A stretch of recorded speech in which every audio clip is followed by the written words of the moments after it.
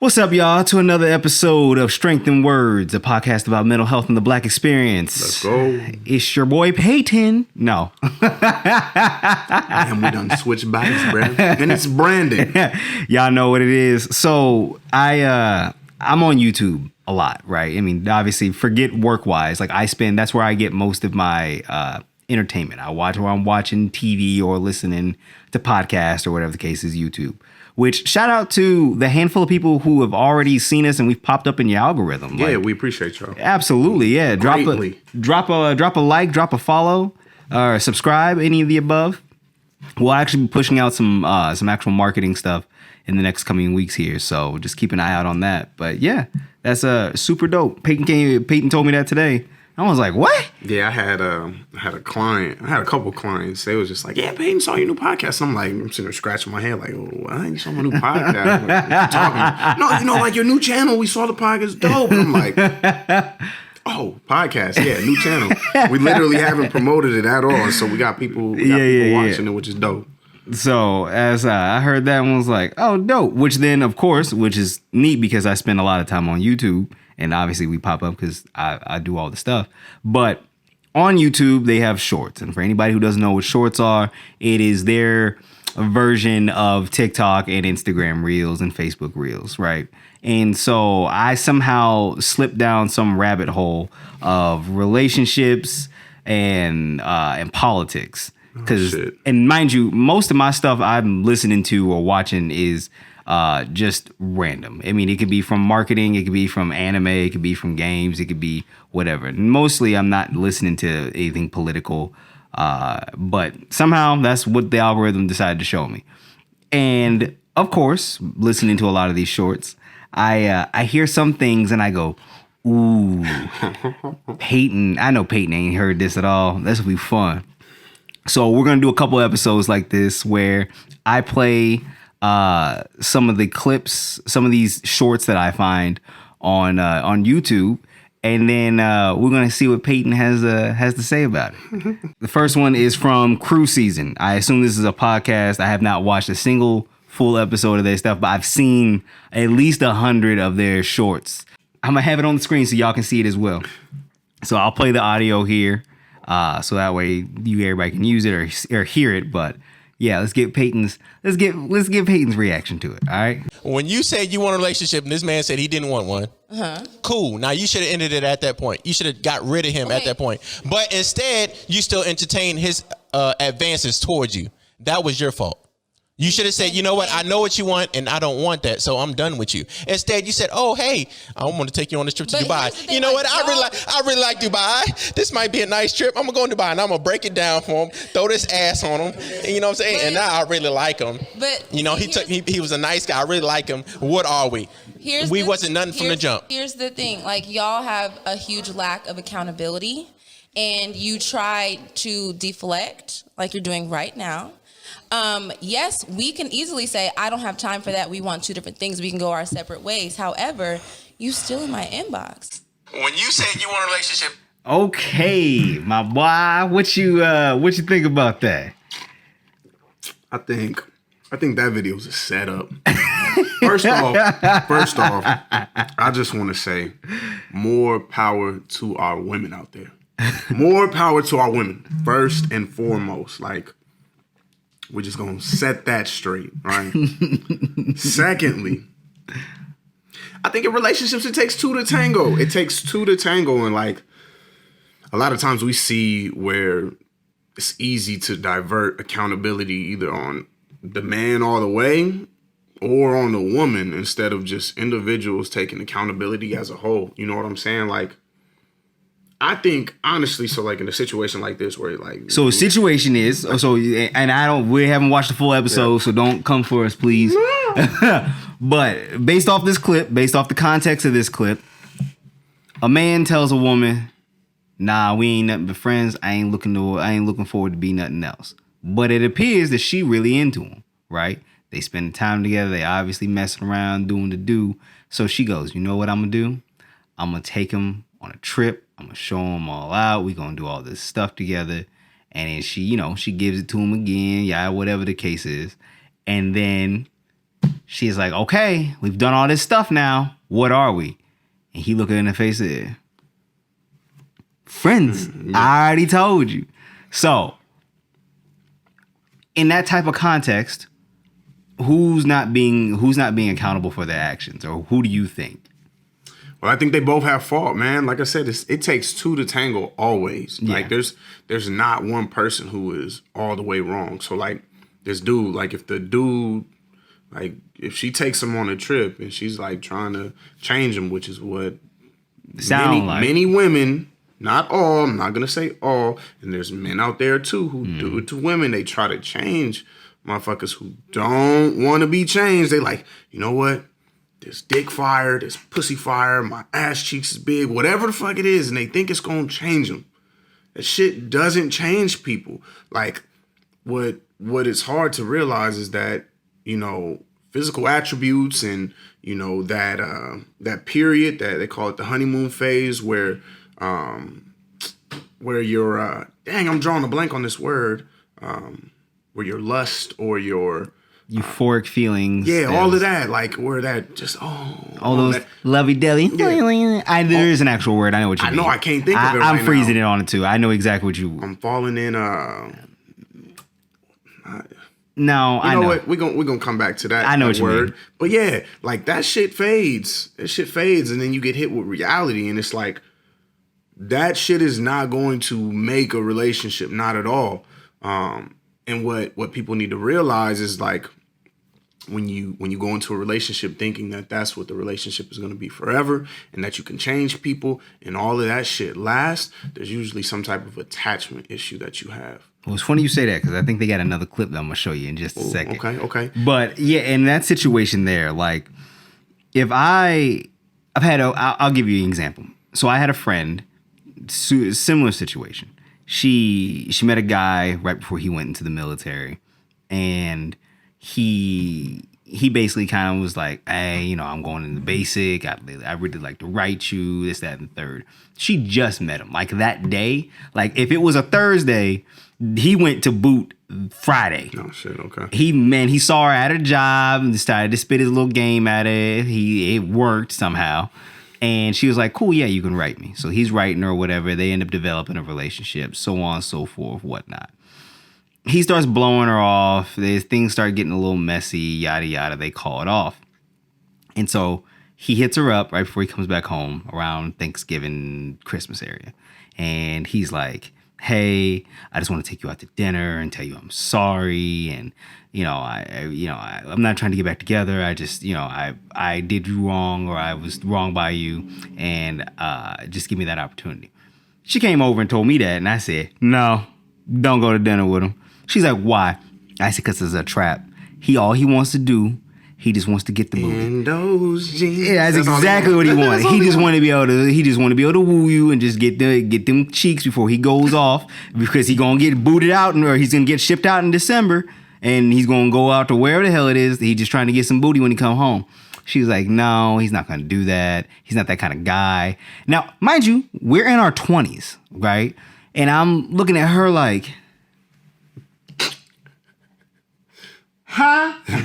And so I'm telling her, like, no, that's exactly what he gonna go for. And she's like, no, he's not. Well, she doesn't listen to me and decides that she gonna go ahead and do it. She takes him out to dinner. Of course, they do the do. They get back together while he's all home. Everything's chummy. Whoop, whoop, whoop. And then, like, the day after he leaves, which is like the day after Christmas or the following, Ghost. This dude's off to Korea. Hey, he had recon on this. He knew what he was doing. And I feel that, in my personal opinion, he's trash. Same thing like for this context.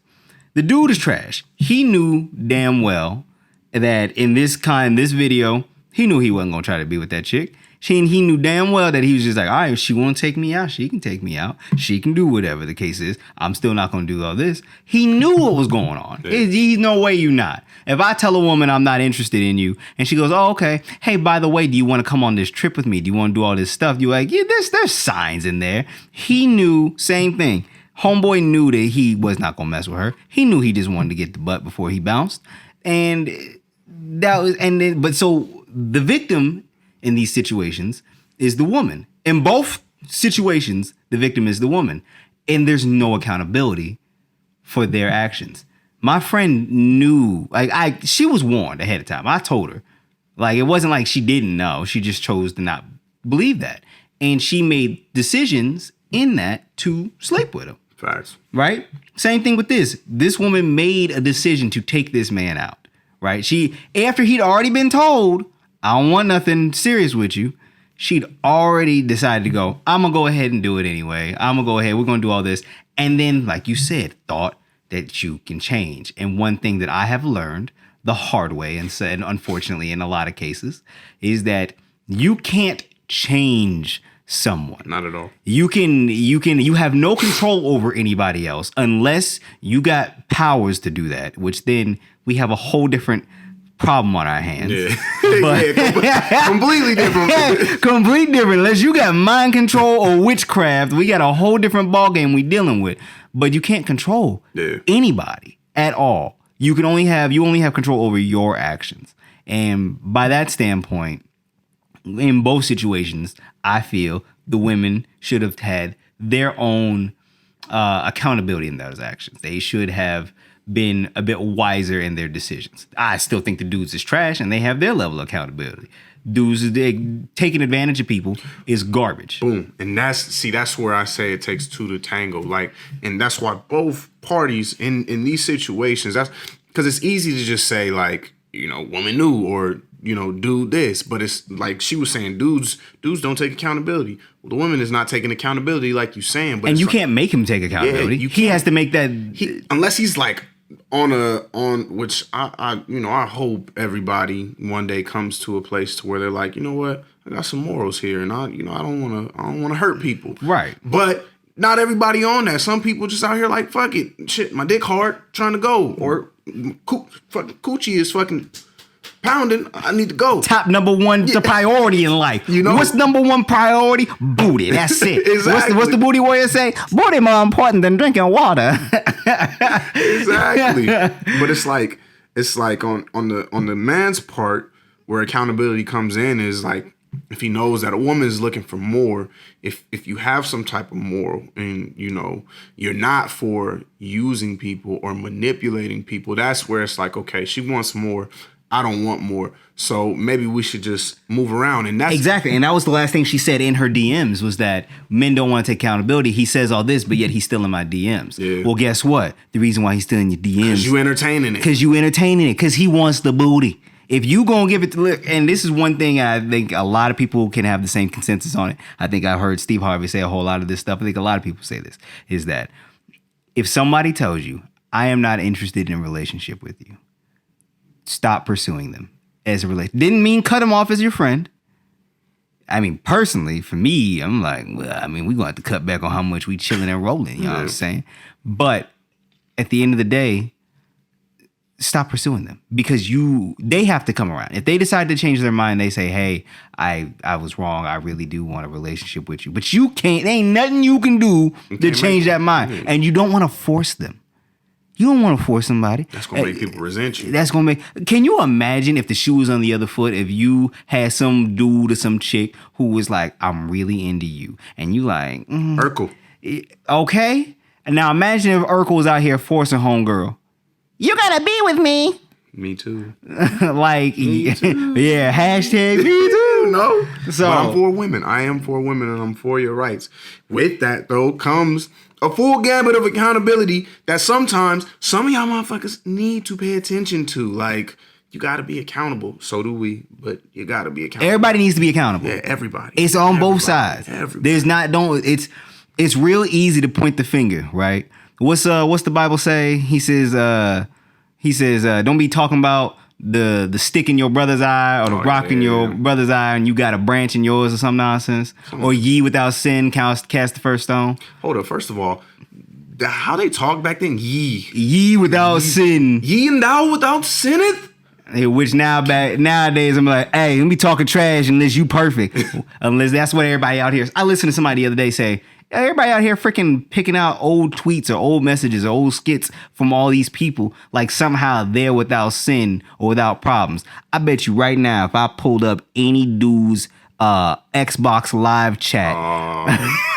Oh my God. I bet you right now, if I look at any 23-year-old's Xbox 360 live chat from Call of Duty, I bet $20. Fucking mad. I bet you $20, and that's the highest bet I've ever made. That this dude gonna be, I could crucify him in front of everybody. Or every little freaking rumor that some girl has ever made in school about Britney with the long hair. I bet you $20 I'd sit there and be able to crucify. So with that said, you guys be accountable for your actions. If you made a mistake, if you effed up, then say that and don't manipulate people. Yeah, just own the shit. Just own it, bro. All right, we got another one here. We got another one. Let's hear it. All right, let's see here. This is from every black person's favorite black woman. No shit. Candace Owens. Oh shit. Candace. All right, ready?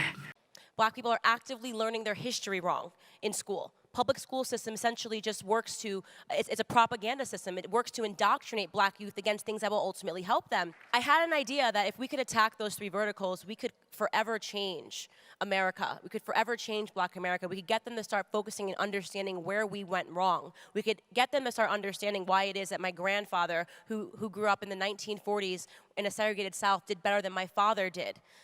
Who was born in the 1960s. We could help them understand what actually went wrong. And I'll tell you, it's not white people, it's not racism, it's government dependence.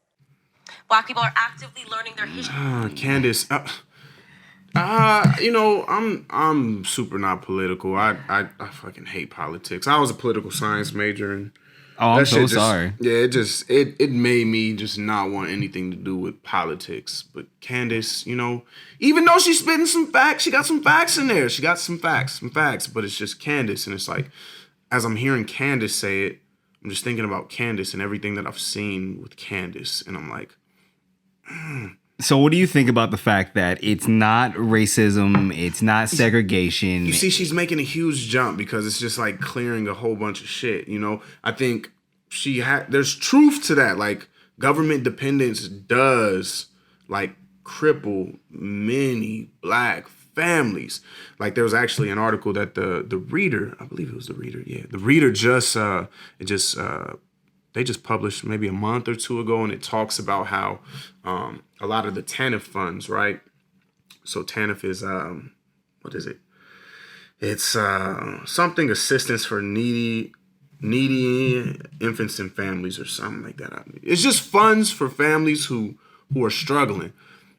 We have, I think it's like a surplus of like $108 million, and at the end of this next year, it's projected to be at $113 million. TANF is the temporary assistance for needy families. Okay, take out the infants and all that other shit. Temporary assistance for needy families. Yeah. We had in Omaha, in Nebraska, we have like 108 million right now, and it's supposed to be to 100 or 105 somewhere, and it's like going to be 111 million. Right. So we're going to increase this year by like 5 mil, something like that, somewhere around there. But in order to qualify, right, you can't make any more than I think it said. If it's one parent, because you can only have one parent. Right. One parent with two kids, you can't be making any more than like $9,000 a year. $9,000 a year. But then check this, right? Your monthly payment will be anywhere from like $300 to $400 a month, depending on how much you make. $300 to $400 a month for you and two other kids. That's not enough to do anything. No, but you won't get it if you make more than that. You see what I'm saying? It's fucked up. So even to qualify for something like this, one, you got to be single. Two, you can't be making shit at all. Like, I want y'all to think about what $900 or $9,000 a year is. That's less than $1,000. You can't even survive on that with rent. You wouldn't even. No. The median. So doesn't rent, that mean that does that Section 8 as well? Does that qualify for that? Section 8 is government assistance. That doesn't qualify as under that income. No. Just like any type of job, but like I think this thing around government dependence is true because then you qualify for Section 8, you qualify for all these other things, right? But you have to be below a certain income level, which means if you ever get, and the income levels are super duper low, like for something like Medicaid insurance, right? If you got 2 kids, you can't make more than, I think they just increased it because of the pandemic. I think it's like $20,000. You and 2 kids, you can't make more than $20,000 a year to get your health care covered. Gosh. Most health care per month is like $500. Yup. 500, 3 to 5. You see what I'm saying? Like, it doesn't, none of it. So government dependence, that is very true. Like, getting those benefits, you have to qualify below the poverty line, and they're like, all right, yeah, we'll give you some stuff. But then they keep you there because the moment that you start to work your way out of that, they're like, all right, give me all of that. And then it's like, well, this job is not paying enough. Right. Because they take away everything else. And our wages are not equivalent to living expenses. Yeah, man. Wages aren't equivalent to living expenses. So that's that. So that portion I agree with, but you got to look at how everything was formatted, and it was formatted through institutional racism. And there's a difference. So like, I think it's like, and I'm glad you brought up institutional racism because that was going to be one of the next topics that you hear about, right? Facts, but there's different ways to look at it, right? Right. So racism between me and you, white guy, I'm a black guy. We're gonna look at that as horizontal, right? Because me and you are on the same level, right? Like we're here, we're interacting. You can call me a nigger and fucking porch. Shut up, jigaboo. Porch monkey. Say what the fuck ever. That's horizontal because we're kind of on the same level, and I can either whoop your ass and deal with it later, or I can go about my day. Right. Whatever, and just keep my head down. But then there's also vertical racism, which is where like there are things that are layered on top that I don't even have access to, that I can't even change. I can't do anything about, but it has a direct effect on me. Like what? Like what? So stop and frisk. Just because I'm black in a certain neighborhood, and we see this all the time. Do we still have stop and frisk laws? Yes, we do have stop and frisk laws, bro. Man. Yes. Bro, the way that these laws are written, man, just you go to a traffic stop. Now, does that mean because of stop and frisk, is that just because you're black, or is this because you are just a person and they can do that to anybody? So it's discretionary. So technically, there's wording to make it so it's discretion, and if I say a couple of things, it'll justify whatever action. Now, Nebraska is not a stop and frisk state, but there are states that have stop and frisk, and we do have some laws that are written that allow for not the justification of stop and frisk, but allow for an investigation to occur. So here's the question. Is it the fact that it's not so much systemic racism, but it's systemic classism? So given the fact that, because of how the rules are written, from what I understand, it looks like is that, or how it's been explained, is that the rule itself is not inherently racist. It does not call a particular individual or group of people out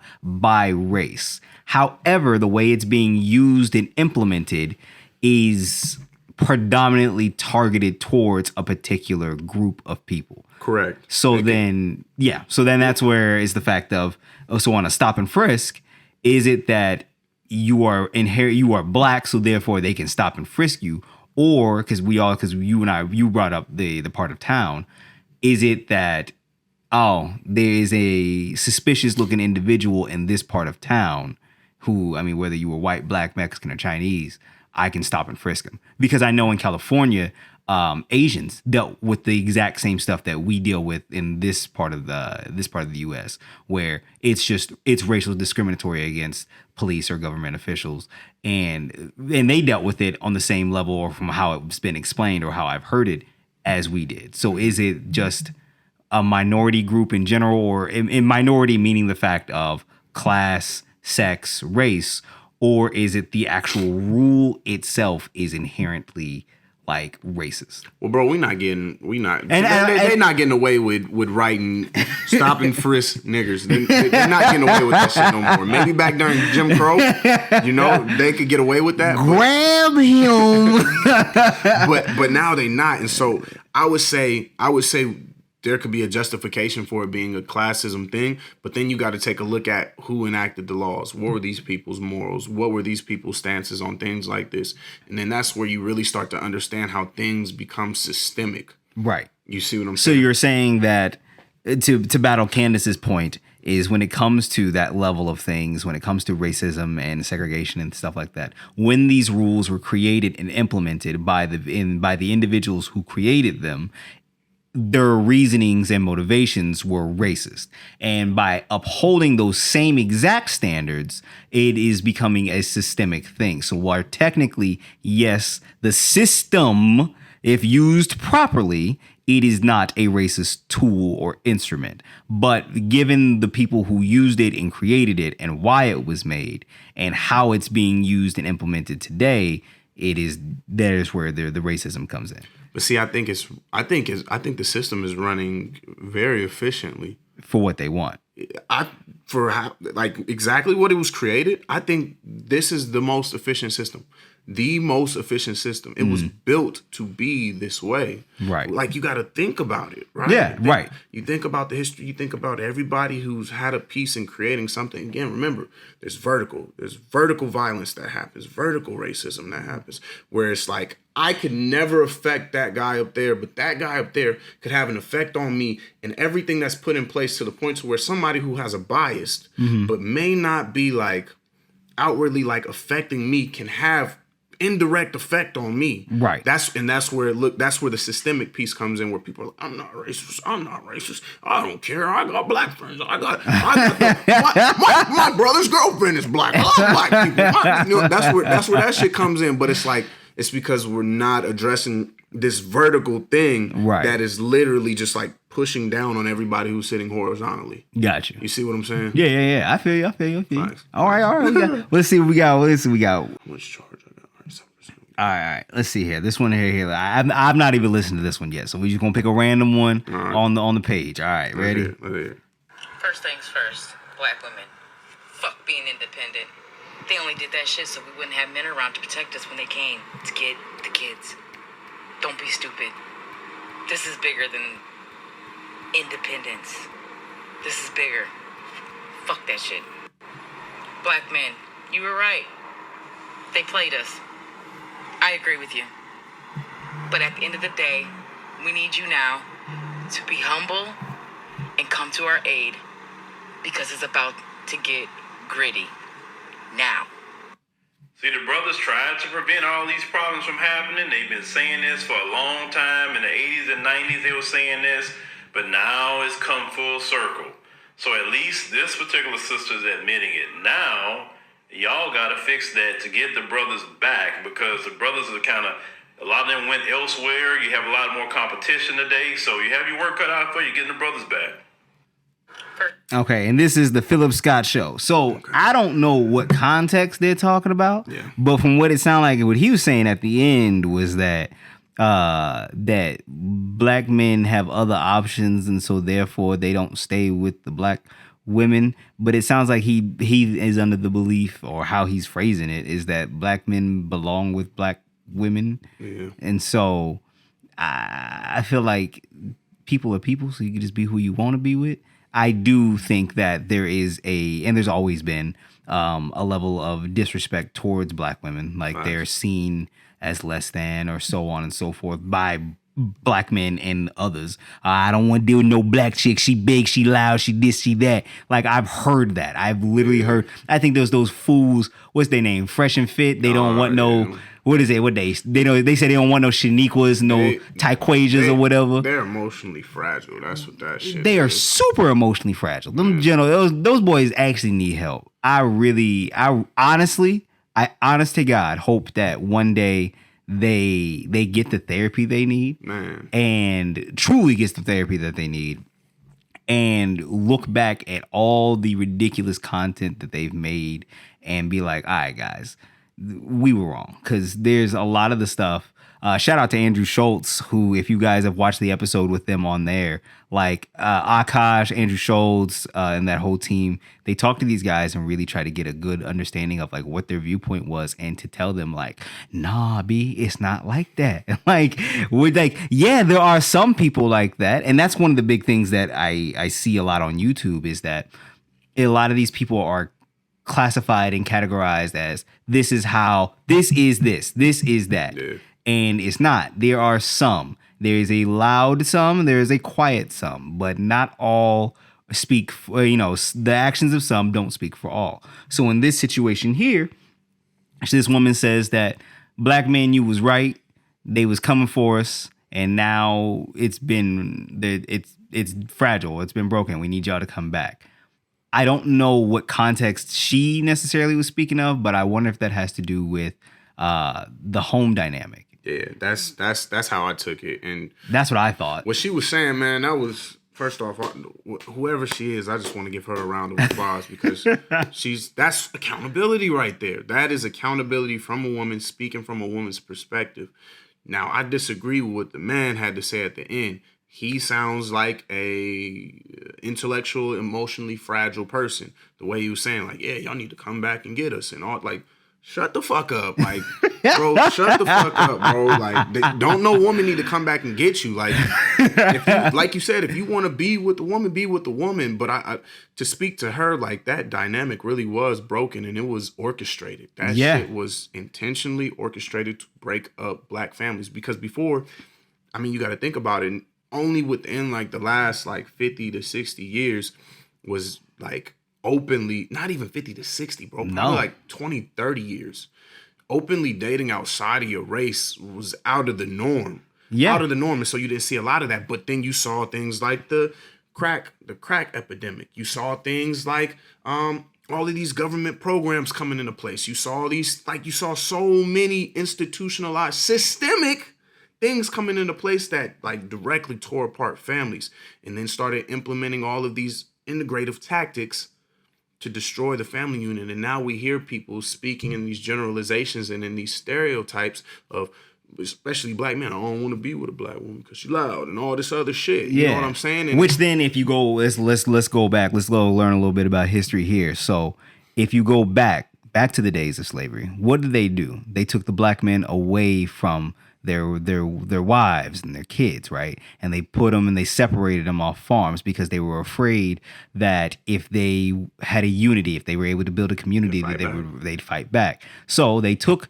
the black men and they put them out in the fields. They took the black women, and the slave masters would have babies with them, and they'd keep the kids in the house, and they would have this. So there was creating separation then. So then what would happen is, or you've got that, or they would breed a bunch of them. So they would have these black men, and they would go out there and breed with a bunch of other slave women, and then they take them to just farm, just out of the place. So then that created this mentality of black men not being home with their kids, black men not being home with their families.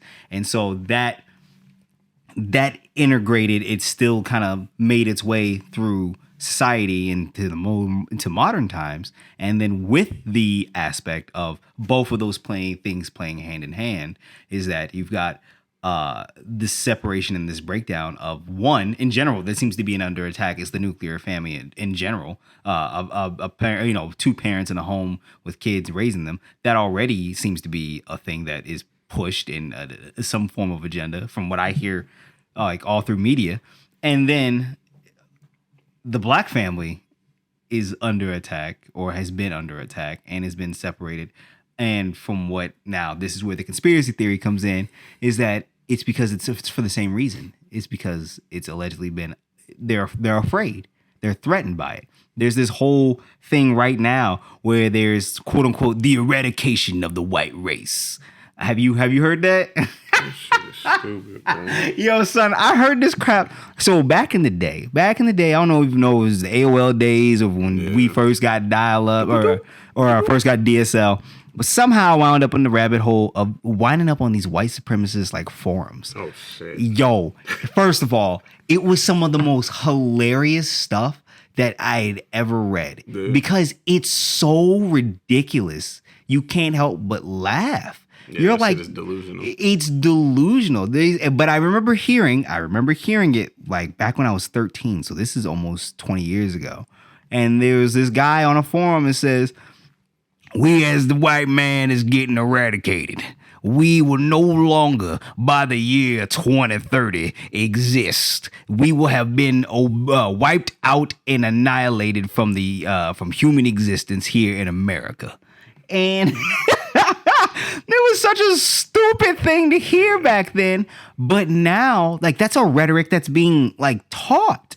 That it's like that there won't be any more white people in the world. That been getting taught though, bro. That's what I'm saying. Is that I heard it 20 years ago, Yeah. but it was on. I had to dig for it. Yeah. I went to school predominantly with white people. Like that's where I was. I was in white.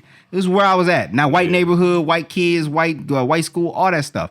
So that's where I was at. There was nothing like, I never heard anybody say, my mom said that white people are going to be removed from the world. Like nobody was saying some crazy crap like that. Not out in public. Yeah. Not out in public. And now that's a public thing. And so it still sounds super stupid. Yeah. Like, oh man, because I don't know if that's even possible. Like I don't ever have this thought of, you know what's going to happen?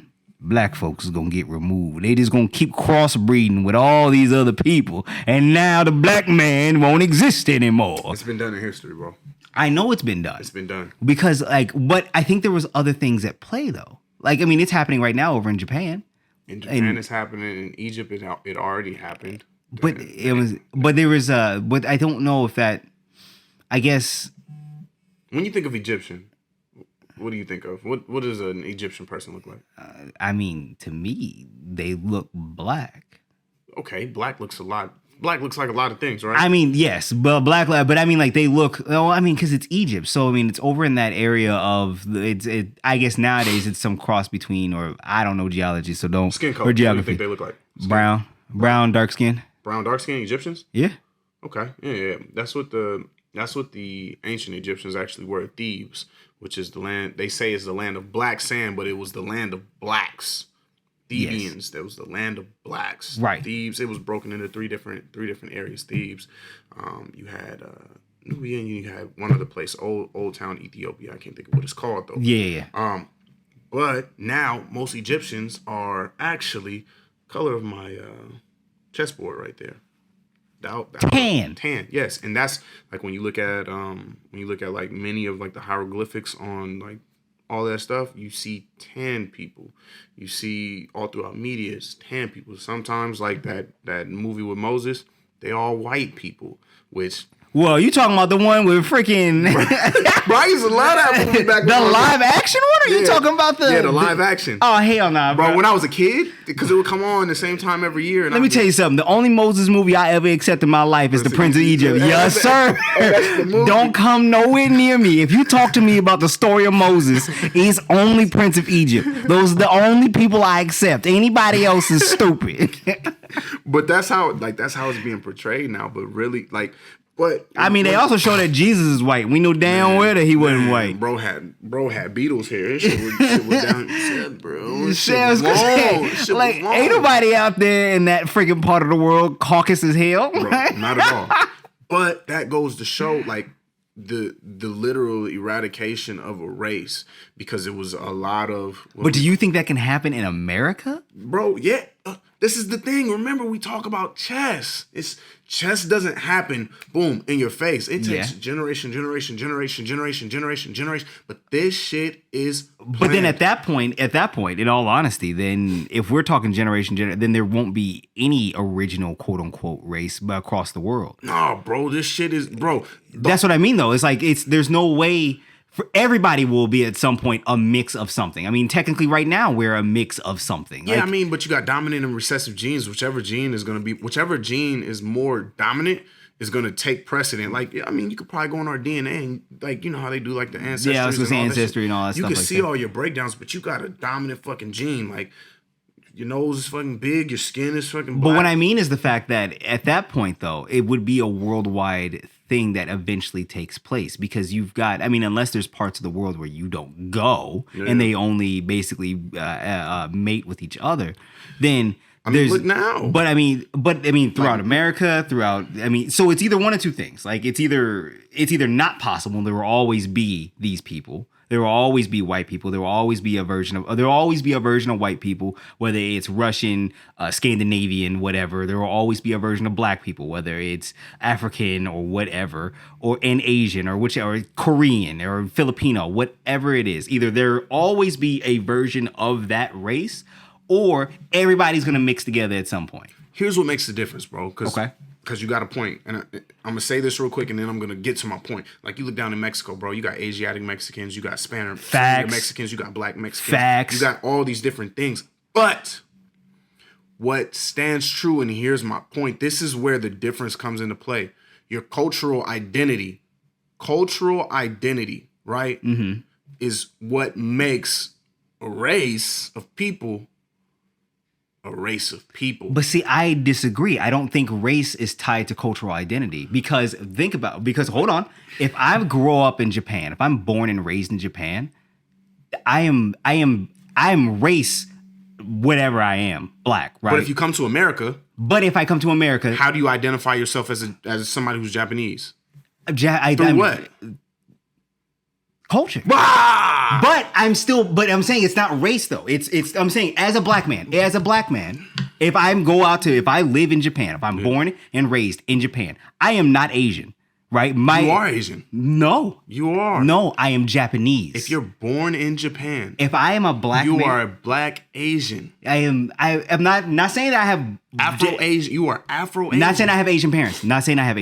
I'm saying if maybe my parents military. And you're stationed in Japan, and we stay there. We don't go back, right? Yeah. I'm born and raised in Japan. I am not, unless I am mixed with Asian, with an Asian bloodline. I am black. If both my parents are black, I'm black. But I grew up in Japan. That makes me. That is my nationality is Japanese, and so my culture is Japanese. It is not tied to my race, which is a black man. Do you know when black was coined? Black was coined in like the 70s or 80s during like 60s, 70s, 80s, revolution. Right. Black was it wasn't a thing before we were Negro. We were Negro. So black is something that is only identified in America. And as social media started to grow. And I've actually asked this question. I said, so what do you call black people in certain stuff? But then what do you call two black Americans, African American, which then that in itself, being called African American is controversial because how far back you got to go for somebody who's African? And are you even from Africa? I have two Sudanese sisters. Both of them are and their parents are Sudanese. They were born and raised here. Are African. They are actual African American. Yeah. And as you can see, I am not Sudanese or any form of African. I got grandparents that was white and all kinds of other stuff. Yeah. So so then for black people that makes it a weird thing here in America, right? But in a different country, that's why I was wondering, well, what do you call them? But a lot of the UK, a lot of them are African. So they're African, whatever they are in the UK. But what do you call somebody who's not? What do you call an expat, right? Someone who is from like America. Yeah. They live over in Japan, right? Now they have a family in Japan, and it's black kids. Yeah. They're born. I am Brandon, born and raised in Japan. What am I? Exactly. You are an Afro-Asian, bro. I am an Afro-Asian, even though I don't know what the technical term is, but you're Afro-Asian because you are going to identify more with Asiatic culture. But it's Japanese culture. Okay, we can break it down even further to Japanese, but if you left there, you are going to be just that. You come over to America, but that has to do with culture. That has nothing to do with race. My point. That's my whole point. Your culture is what helps you to identify your it helps identify your culture, but that doesn't mean it's your race. Like you've got white Mexicans, right? Yeah. White dudes who just like two white people. They lived in Mexico. They had a family down in Mexico. This Mexican guy, he's Mexican. He's Mexican because he's from Mexico. Yeah. This is where he's born and raised in Mexico. But his DNA is he's Caucasian. But you come to the States. And you try to get past them. Some can pass on the white shit. But why do they want to? Because of what? Because of Because of what? What, culture? Oh. But that's I think that has to do with more societal versus genetic, right? Like he's not Latino. There's a difference between the white dude. Yes, he is. He's no. Yes. He's not. Yes. He's not genetically Latino. No. What? If he's got 2 white parents, how's he Latino? Bro, so you got to break down the history of this then. You got to break down the history because he could have came over with the Spanish conquistadors. No, I'm saying white boy whose parents is from here, America, and they live in Mexico, had him. Yeah. Right? Everybody white. They came from freaking Germany. Yeah. Right? I'm saying is that there are other people like regular. So they didn't integrate into Mexican culture or nothing. They could have. I mean, yeah, they integrated in Mexican culture. They live in Mexico. So then he's Latino. But that's Mexican. He's Latino. I think that's where the difference is. Is that I think there's a difference between ethnicity and race, and then culture. I think it's two different things. There, of course, technically speaking, there is, but you got to think about what makes up each one of those things. Now, if we went to Webster's dictionary, there's clear distinction. So then let's bring it closer to home. Yeah. Let's talk about Black culture. Okay. Right? What is considered Black culture? Bro, there's so many things that's considered Black culture, and you want to know why? Go for it. Because our culture was completely stripped from us. We have no identity. And this is why it's so hard for us as a collective to really make way. You look at let's say there were Black people that were born in Japan, right, who came over here, 2 generations separated, right? There were Black people that lived here and they went over there during the war, and now their kids want to come back over to America because they want to get back to their great grandparents' roots. Right? They can come over here, and usually when we see immigrants come over here, they thrive. Why? Why? Because they have cultural identity. They're not tied to the culture and the history and the shit that we're taught here of complete emasculating of men and defeminization of women. We have no identity. We have zero. So we're constantly creating things that we don't even hold ownership of. So to boil it to simplify what you're saying is that, so say someone who comes from Japan, if they immigrate here, they have their Japanese culture. They have had ancestral Japanese culture. Whether they decide to follow it or live by it or whatever the case is, they can go back and see what their culture was, where they come from, where their blood, like where that whole line comes from, right? Yeah. They have an identity. Same thing with someone who comes from Mexico, right? They're Mexican, they have Mexican culture, they have Mexican things that they can go back, they can date it. When you're saying that Black people, because we were put here, right? We don't have that, and it's been through generations, hundreds of years, that our culture was the Africans, the slave culture, the culture that was from those slaves, because the slaves was sold to the white people. Yeah. That African culture was taken, gone, poof, and now they are here in America, and they are we have to grow. And of course, through, the release of slavery and then trying to actually identify, we have to build our own culture. But it's been fragmented and put in it's been manifested in a bunch of different ways. Which is fine, but there's a struggle with the Black identity because the things that are us culturally, it doesn't always fit, or it doesn't have it's not a one size fits all. It's not one size fits all. Whereas in Japanese culture or Mexican culture or whichever, and it can break down even further than that. Like, you know what I mean? Like you got people who are El Salvadorian, like you said, like you got all these different, like they have their culture. Right. They have a place where they can look. I can look back and see who is what, where that comes from, where that land is. This is what we do. This is what we like to eat. This is what we believe. And usually you're saying from here, when they're expated here, they are, first, second, third generation. You can see back. It's usually somebody's great grandma who came here. And even in those instances, right? Like let's say like you said, you got the white kid who or the kid whose parents were white. Let's take it a generation further. So you got this kid, you got these people who moved over to Mexico, 2 white people moved over there, had a kid, their kid had a kid, and then they were like, we're gonna come back here. Okay. That kid will more than likely identify with Latin culture more. And when he comes here, he's not going to identify with white people, which is white is a culture. Right. Like you look at somebody who comes from Italy, right? They come over here and They're Italian. They're Italian. They're not like, yeah, I'm white. They're like, no, fucking Yeah. Right, let me not do that. That's He about to be out here with some more Mario Bubbly. that shit fucked up. Because if somebody hopped on here was talking about, I got big lips. Yeah, I got big lips. Family Guy almost got this man in trouble.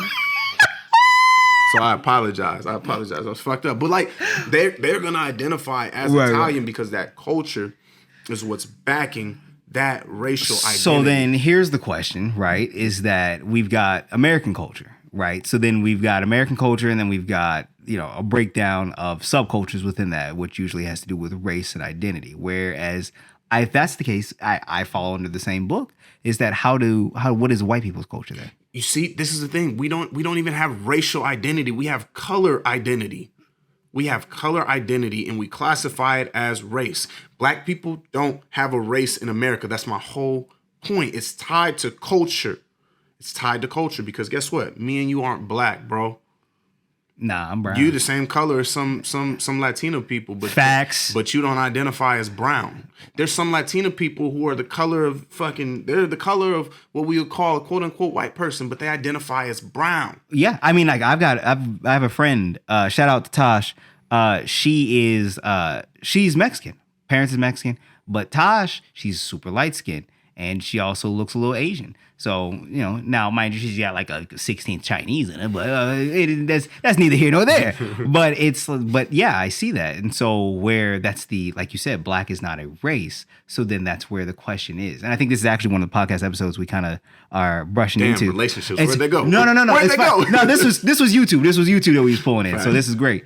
Yeah, that kind of really begs the question is that what I see a lot and I've heard from young black individuals is that, like, what's my culture? What's my identity? Because the thing is, some of the stuff that is considered black culture is not, I don't identify with it. Like you see, like, I mean, rap and hip hop and drugs and alcohol, like that is what's glorified and seen. That's what's marketed to us. It's what's marketed to us, but it's identified in black people as black culture. They'll tell you can't say or do these things because, like, example, the rap industry is number one in it. They are the first ones to sit there and tell a white person, you are not a rapper, you are not a real rapper, you're not black, so therefore you don't count. There's been all kinds of people who discredit Eminem, right? They sit there and say, nah, Eminem's not considered a rapper, or he's not considered black culture, he's not considered this, that, and the third because he's not black. But that doesn't represent, rap does not represent like a culture. It does to a degree because we are the ones that we help started. But watch this. See, this is where that vertical thing comes into play and not having ownership of the things that we have. We were literally capitalized on this artistry that we have, and we always are. We're always capitalized on our artistry, on our culture, and then it's taken from us. That's okay. So then that's where the next question is. I was just going to say is that we've had it where, and we can look at it from music to clothing to dance, hair, to all that stuff, right? Was that black people have been, we do something, media or capitalism says, hey, we like that. That's selling. That's hot. Well, at first they like, hold up. All right. Hold up. Wait a minute. Yeah, they sit there. It's usually seen as a derogatory thing. It's seen as a bad thing. And then once enough throw that people. Back on. Throw that back on. What? Hold up. We like. Hold up. Wait a minute. Yeah. Then they're like, oh, this actually works. Let's find a way to capitalize on it. And then it's capitalized on, but then it's either stripped or, from what I see or have heard, is that it's used against us, right? So you get the glorification of drugs and alcohol and pimping and this type of stuff because it seemed dope, it seemed fly. Like, yo, I was out here as freaking 12 years old talking about, I don't know what you heard about me, but you can't get $1 out of me. Like, shout out 50 Cent, man. Shout out 50 Cent. Yo, Snoop Dogg out here with his hair braided down talking about pimping. Like, that was dope to me. But the fact is that it was also setting a negative connotation in young men's minds of what women's worth is and what this worth is and so it's seen, it's bad. or it can be used as bad. And so it's really a question of what is true Black culture, like especially with us being here in Omaha, right? We're the minority, right? Where there's not as many. But we out here. Listen, y'all. If you watching from somewhere, we exist. We're here. I know there's a stereotype that Nebraska doesn't have black people. We here, but we do. There's not a lot of us, but don't say that. In Nebraska? Oh, okay, in Nebraska. That's why I said in Nebraska. Well, technically speaking, Omaha it just is Nebraska. I mean, we can add in the other podunk towns of 8 people. Yeah, but Omaha is Nebraska. Okay, we here. So yes, there are, but I think we're still outpopulated by. I think we're still less than what white people are here. Oh yeah. By far, far, and so. But like in Atlanta, right? Oh man, Black Hub. Shout out to Atlanta. My mama down there right now. Well, shout out to Mama Hogan. Yeah, she down there. But yeah, I hear that in Atlanta, it's a complete different thing that you get to see what true Black culture is, right? So DC too. DC. Well, I don't say I got cats who live in DC. And they're like whatever Black culture we got here, you don't want to get out of here, bro. I don't know, man. Real quick, not to. I have to get Mark on the episode one day. Mark, you live in DC, and DC is a complete different world than what I see. Completely different. I always thought DC. First of all, I didn't realize that DC wasn't a state, right? There's not. I mean, I'm sure they taught me in school, but I wasn't paying attention. And so I didn't want to realize that DC wasn't a state until way later than I should have realized it. And second, like DC is like 4 square blocks, like this, and then you wind up in freaking Maryland. Like it's not as big as it's not as big as I thought it was. So you talking about the technical Washington DC, like the downtown district, but it's like a tri-state. So you got Maryland, you got Virginia, and then you got yeah, but DC itself, like, but that's all. But you've stepped into Maryland, Virginia, whichever the case. And I say that because that's how I heard about it, right? Yeah. But I have a homie who lives out there. And he explains it like he lived there his whole life. Yeah. So he explains DC way different. Facts. DC is not the DC itself. He said what they show you on TV is what they show you on TV. That's nice, clean part of DC. He said, but they won't show you the real DC. Oh yeah, the hood. Yeah. He said, but he said that's what DC is. But DC is predominantly hood. Yeah, it's a lot of hood. But so I went there, bro, and I stayed there for like a week. And bro, when I tell you there were like. This was a couple years ago. It was upscale clubs, all black people, ran by black people, owned by black people. There were restaurants, fire as hell that shoot. Like you go here, like to like you thinking like First Watch-ish, like Early Bird-ish. Right.